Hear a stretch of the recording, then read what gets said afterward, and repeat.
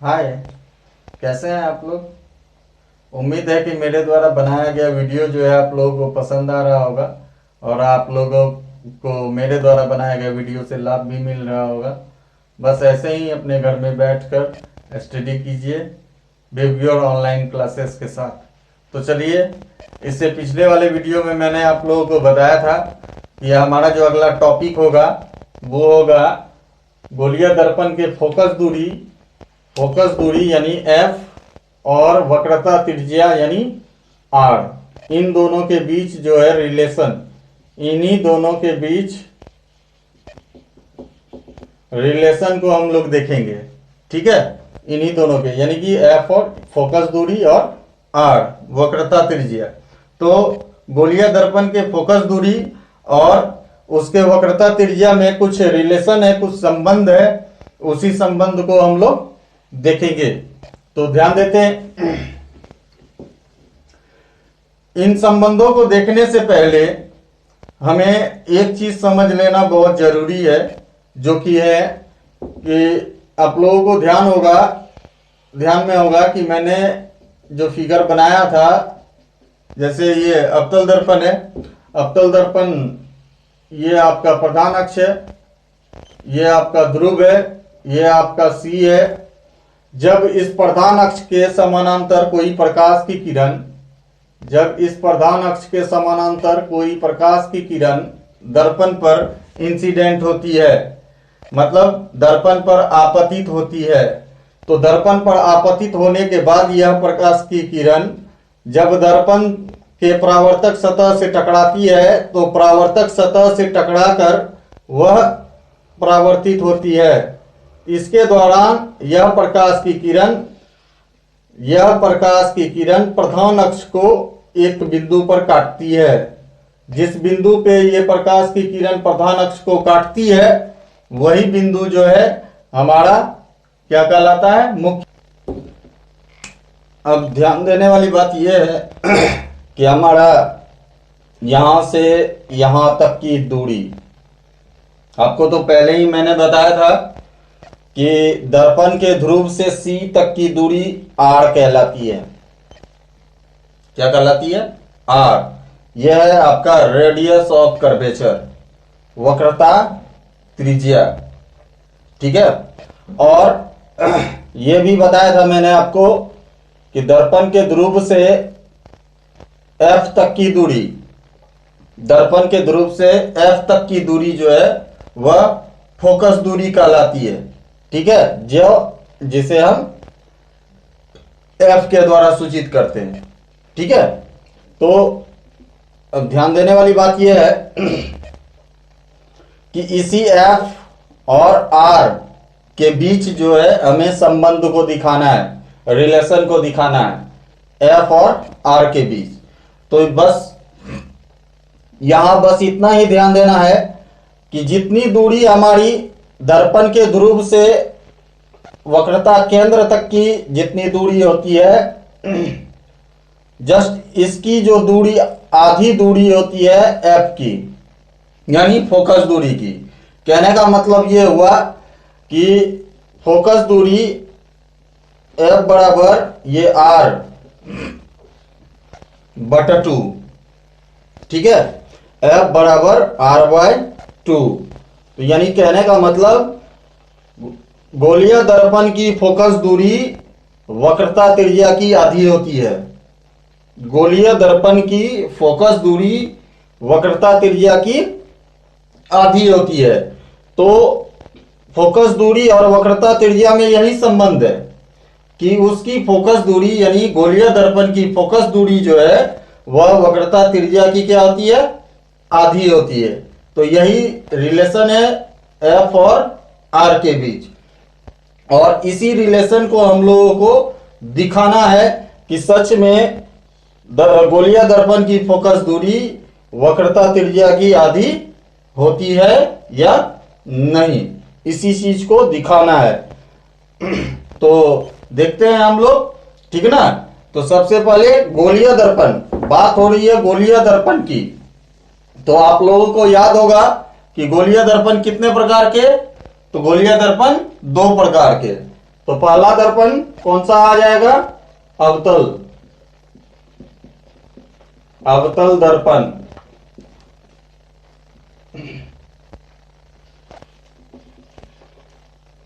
Concave mirror,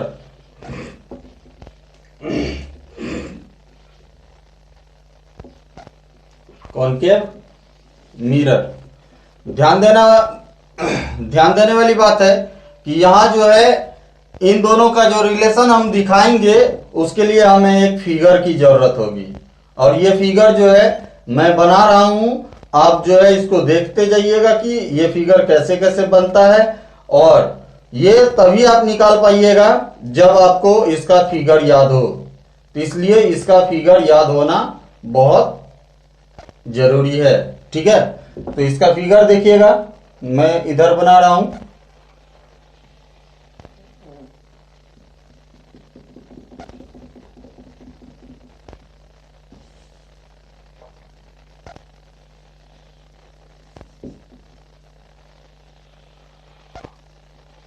यहां P हो गया। इसी के समानांतर एक प्रकाश की किरण दर्पण के परावर्तक सतह पे इंसिडेंट होती है, आपतित होती है। यहां से जो है ये प्रधान अक्ष को काटते हुए इधर को चली आती है, जहां कटा वहां F, यहां एक बिंदु क्या है? इसका सेंटर है। तो यहीं से जो है हम क्या किए, एक डॉट डॉट में अभिलंब जो है खींचे यहां तक, ठीक है, एक अभिलंब को खींचे। तो अब ध्यान दीजिएगा कि ये और ये इधर परावर्तित होता है। तो आपको शुरू में मैंने आपको परावर्तन का नियम पढ़ाया था, याद होगा आप लोगों को।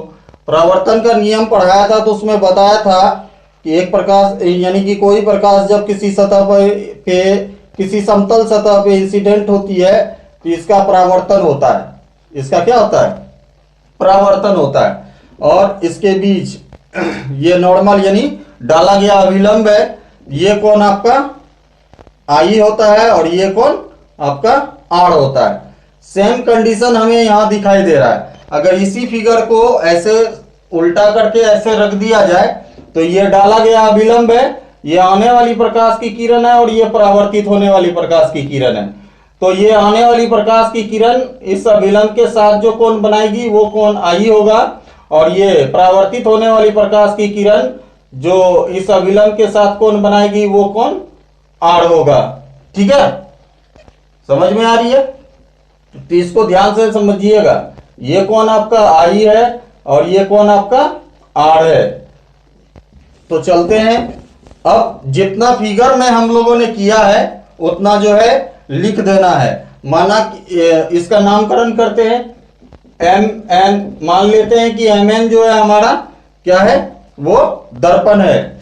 तो ए बी जो है हमारा आपतित किरण है, उसके बाद ए बी हमारा आपतित किरण है, और यहां डी बिंदु, एक बिंदु दे देते हैं डी, जो कि बी से ये परावर्तित होकर बिंदु डी की ओर चली जाती है, ठीक है। तो अब लिखते हैं, जितना फिगर में हम लोगों ने किया है उतना जो है हम लोग लिखेंगे।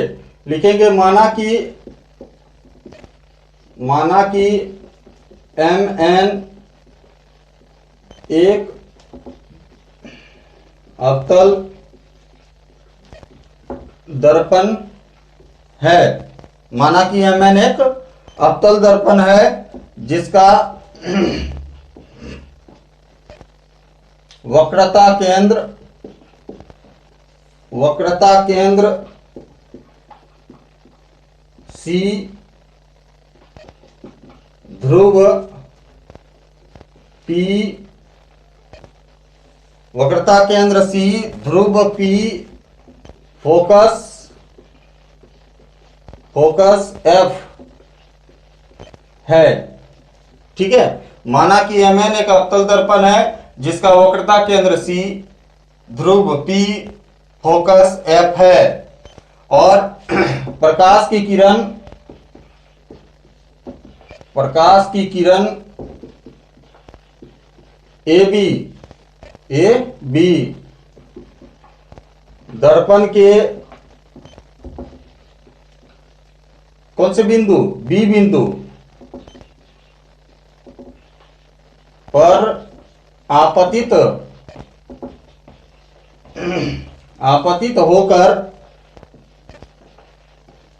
होकर बिंदु डी की ओर, वहां से सीधा इधर बिंदु डी की ओर परावर्तित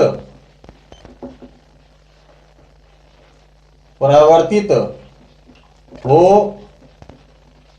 जाती है। ठीक है, तो यह जो है बिंदु डी की ओर परावर्तित हो जाती है। अब सीबी जो है, सीबी बिंदु डी पर, बिंदु बी पर डाला गया अभिलंब है,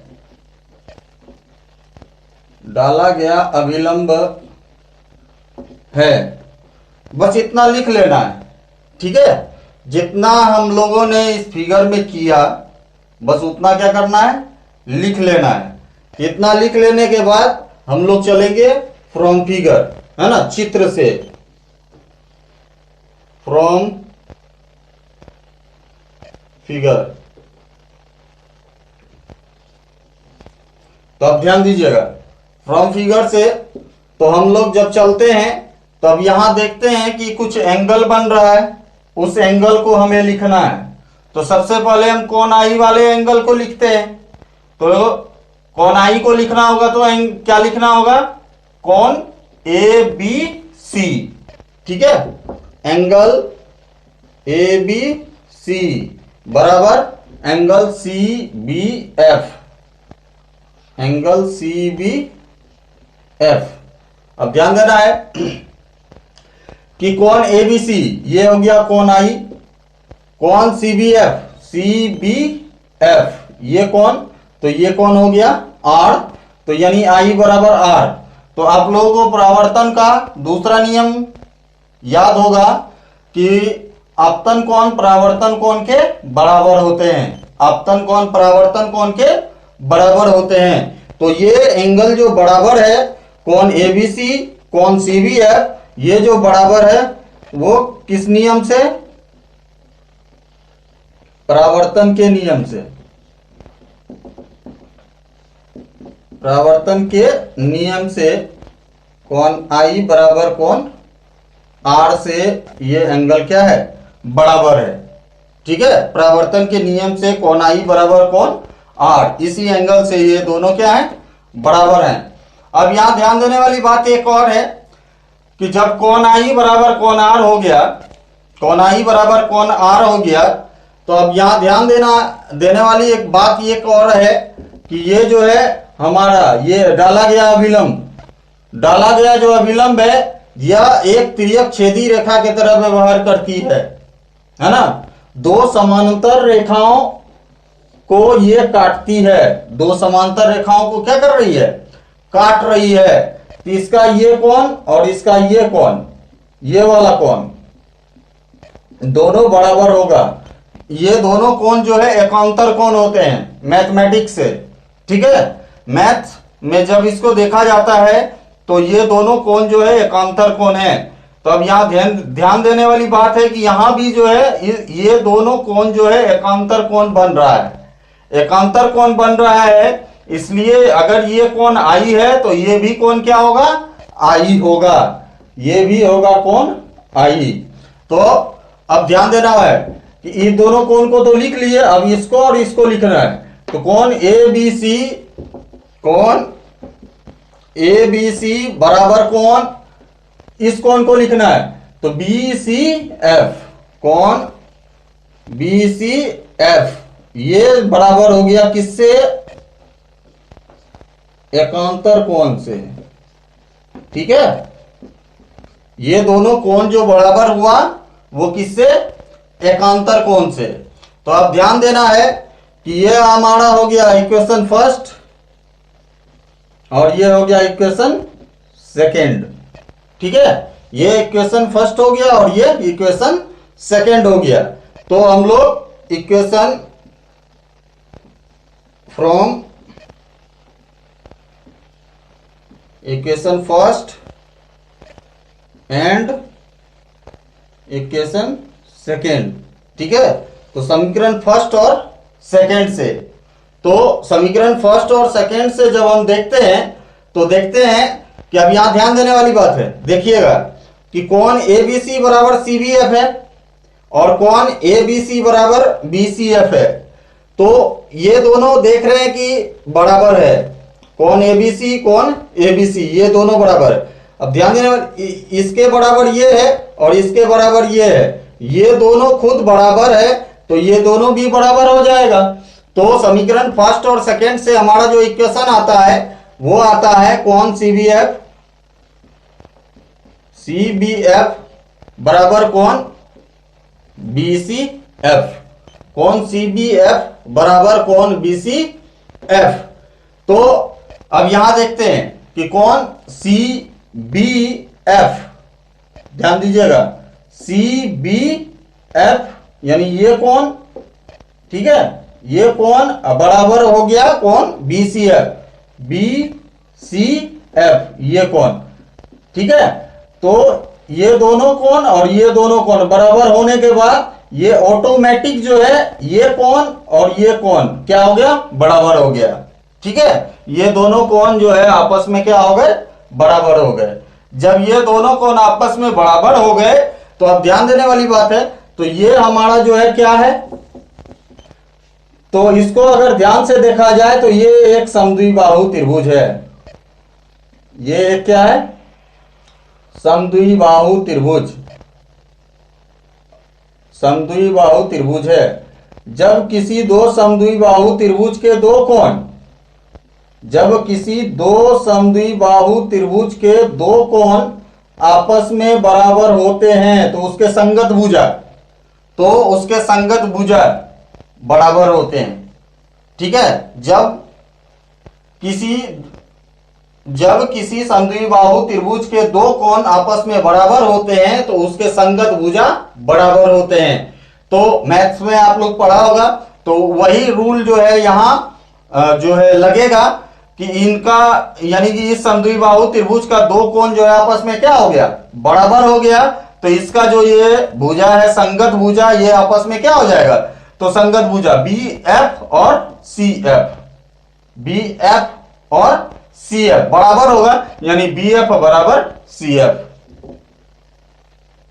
इसलिए BF बराबर CF, ठीक है, BF बराबर CF।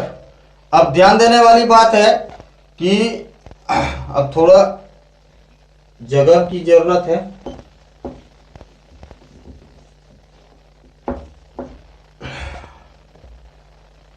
अब ध्यान देने वाली बात है कि कहता है कि यदि ऐसा हो जाए कि ये B बिंदु P पर पड़े, यदि ऐसा हो जाए कि ये बिंदु कहां पे P पर पड़े, तो कहा जाता है कि यदि दर्पण का द्वारक छोटा हो, यदि दर्पण का द्वारक बहुत बहुत छोटा हो तो B बिंदु कहां पड़ेगा, P पर पड़ेगा। तो यदि दर्पण का द्वारक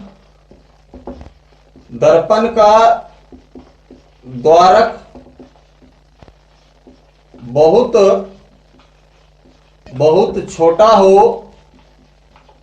छोटा हो तो B बिंदु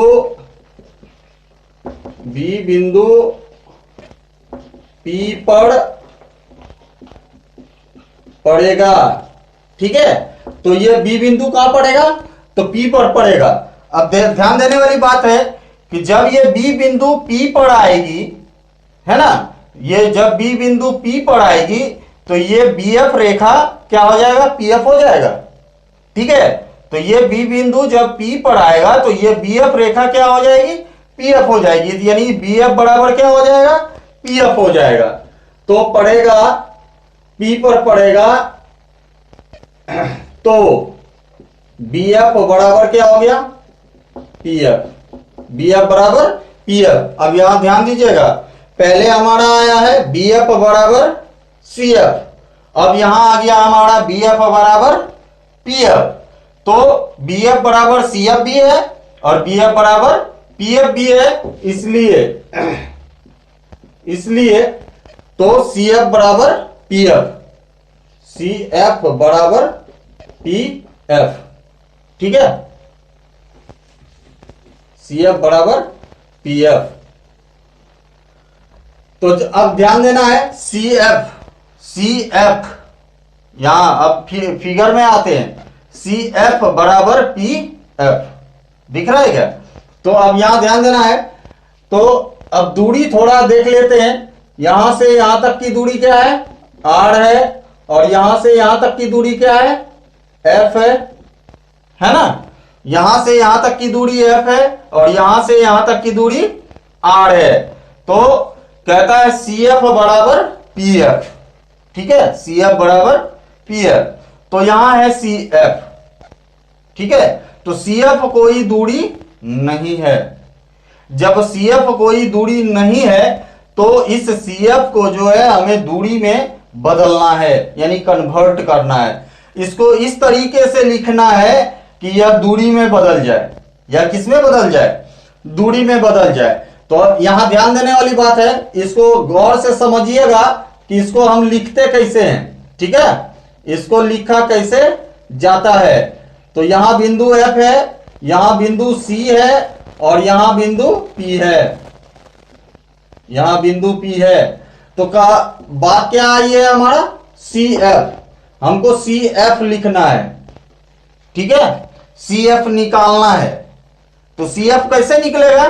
जब हम पूरा यानी पीसी, पूरा यानी पीसी, पूरा ले लिए, पीसी में जब हम घटा देंगे पीएफ, पीसी पूरे में जब हम पीएफ घटा देंगे तो बच क्या जाएगा हमारा? सीएफ। तो सीएफ को हम लिख सकते हैं पीसी माइनस पीएफ।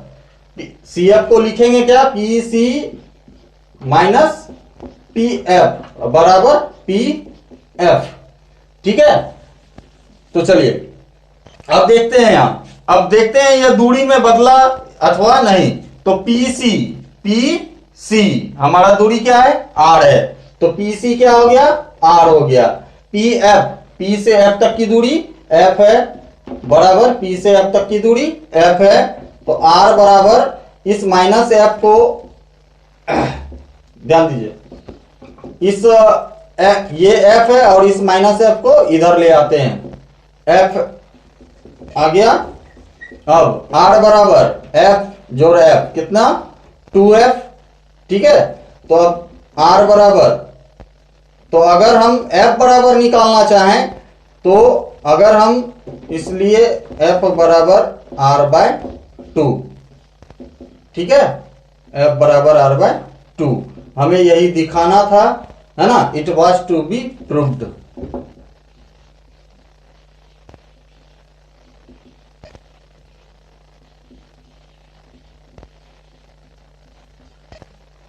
ठीक है, यहां जो है आपका ये क्या हो गया? प्रूफ हो गया।